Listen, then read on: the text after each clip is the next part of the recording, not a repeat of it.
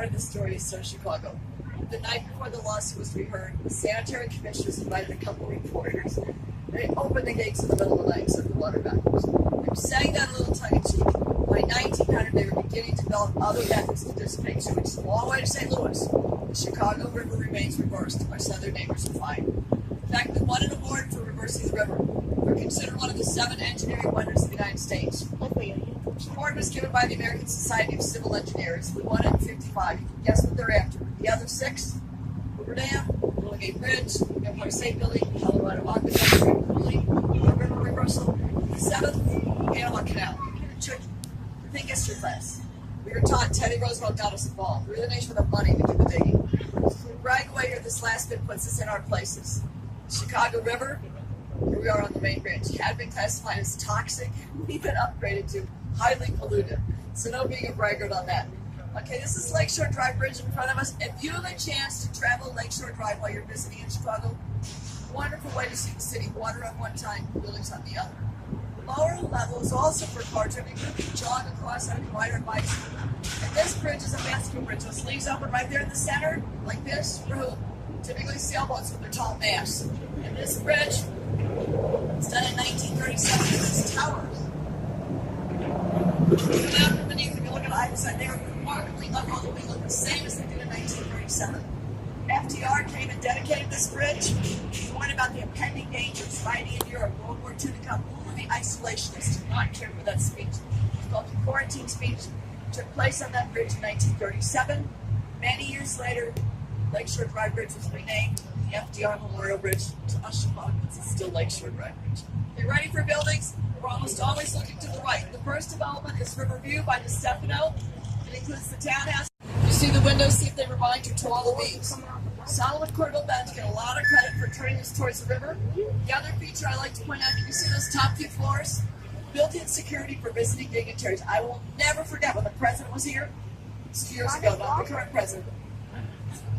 People wave. Sometimes they do more than wave.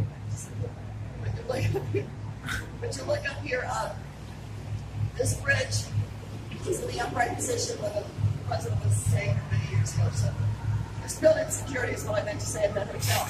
This is the 2nd largest bicycle bridge in the world. This one that's even bigger, it's in Spain over the Bay of Cadiz. On your right, does this remind you of Rockefeller Center? New Yorkers usually go slightly. That's our NBC Tower 1989, Skidmore, Owings and Merrill, 2/3 of the way up. You see the shoulder projections, or what we call flying buttresses? See if your arms bent like this with your elbow upraised, if that's a new term. Those are very contemporary buttresses. They're paying tribute to some earlier ones you'll see in just a minute. Here's the University of Chicago's downtown campus. This is done by Lohan in the mid-90s. And this is what we call the Gleacher Center. The main campus is on the south side. Look at the windowless west wall. Since we have some students above, I think that's important. Those are classrooms. No peeking out here when you're supposed to be in class. We can overlay to that. And next door is the 2nd of the 5 styles we mentioned this afternoon. I know you might want to just space out and not keep any of these styles in your head. But if you're interested, this is international. Glass box. Less is more. And we'll be talking about this style often on Nice. Is the one who really made it famous in our neck of the woods. And here's the building with flying buttresses that the newer building is paying tribute to. All the buildings we talked about this afternoon, this is one of the most significant. It's the result of an international competition in 1922. Over 260 architects from all over the world submitted entries to designers for the trip. Woodinhouse, New York, took first place, and not just the buttresses, the whole top tower, modeled after the Butter Tower, Cathedral Row in France. The little Apple store that you notice there, not to get any taller, not to block the view. Don't you love their ring light? It still looks like one of our computer devices. Here we go underneath Michigan. This is one of the earliest. A double-decker, the Leaf Basket Bridge was opened in 1920. The bridge opens, it's a Lava Wrigley building the other way. There's one tower in 1921, the other 24, 25, that's an 11-story clock tower in the center. It's done by Graham Anderson, Post and White. And Wrigley made his fortune with chewing gum. Do you know what he first sold? Soap powder. Baking powder. In the baking powder, his fortune, this is the Trump Tower. This is President Trump's building, the 2nd tallest in Chicago. It's about 1,389 feet. Willis, the recent Chicago, is called Sears, is 1,450, comes in 2nd. We've not been here since 2004. The old Sun-Times newspaper stood here. It was demolished, and they began Trump Tower in 05, opened in 09. The upper levels, condos, down here a hotel. And this was done by Adrian Smith when he was with Skidmore. It's now with his own firm, Smith Gill. Passengers are very curious about real estate. The penthouse, the highest floor in which you could purchase, was floor 89. The 92 stories, of course, was the highest price. You're all too late. You look interested, but you're too late. Sold a few years ago. They were asking $32 million. They sold it for $17 million. So naively, we all said, didn't they get a good deal? Not that most of us could relate to $17 million. Then the paper said, oh, that's raw space. The buyer has to add about $15 more million to bring it up to living standards. Here was Bee's last building, some say his finest. The story goes they wheeled Bees here in a wheelchair in 1969. Bee said, where's the plot of land? And his colleagues answered, sir, you're on it. So all the technologies discussed in that rather elegant building had a lot like. It is Bees Van Road's last building. He passed in 69, that building opened in 71, 72. We used to call it the IBM building. Today, AMA has the naming rights. Here comes something done by one of Bee's students. Chicago, it's called, you'll let us, you don't already know it. These are called the Corncob Towers. The real name is Marina City. Bob Goldberg, he studied under Mies van der Rohe. He liked the lessons more. You didn't go for the glass box, you really go for the center. These are somewhat circular. But Goldberg wanted to keep people downtown. There's a flight to the burbs to World War II to keep people in the heart of the city. 60-plus story tall towers with about 900 high-ship apartments. Look up here, you park your car, you bought the grocery, the cleaner, and rents were inexpensive. We didn't be living downtown the way we do today. Has anybody seen the All-Star commercial? The car comes off the parking deck right there, lands in the Chicago River.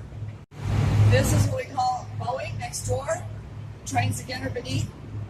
Boeing has been out here about 14 years. If you're from the Pacific Northwest, it's a very controversial move. Before that, actually, this building goes back to 1990. It was done by Ralph Johnson. Perkins and Will. It's called Morton International. There are two features on top of this building. Now, tour guides don't like to ask you look backwards and hurt your neck. But the northern end is one of the tallest clock towers anywhere in the world today on a postmodern building, which modern pays tribute to the past. In the past, not everybody had a pocket watch or wristwatch. They used clocks on buildings to tell time.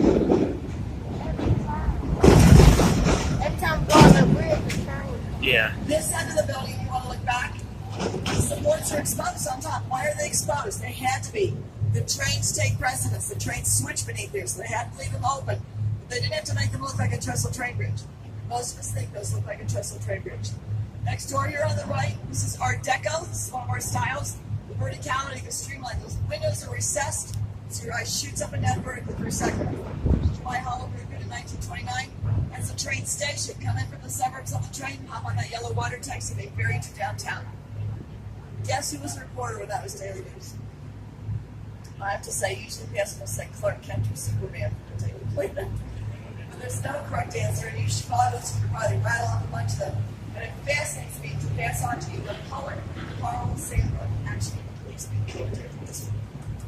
Next door is Gateway Center 1. We've got 4 of these in a row. It's a good time to turn the wheel. Vin Skidmore, the Bangladesh born Dr. Mansur Khan, he was the engineer, and Bruce Grimm the architect. They came up with the bundling. They also did clutch bracing on the Johnny Hancock, which we'll see later. They were brilliant to keep all these buildings sway. Have you been up to the ledge yet? What do you see? I think it's worse from here than up there, but if you're not informed to this one, there are 4 glass and bays that were added a few years ago called the ledge. You walk out on it like this, you feel like you're standing on nothing. We'll see them in just a minute. But first, let me point out this building's facade. Can you believe this? These are narrow stripes that are streets in Chicago. Got wider swath as the river, and then look up to that rectangular red 3-dimensional piece. That's their building. Where it sits along the Chicago River. I think that's so whimsical. That's only a couple of years old. And here we go to the Jackson Bridge. Look up to 110, come down 7 floors. There are those bays, those glass-in bays. You walk out on there, you feel like you're standing on nothing. Now, you don't have to do that. They have a floor-to-ceiling window viewing area called the sky deck, which is very solid. That's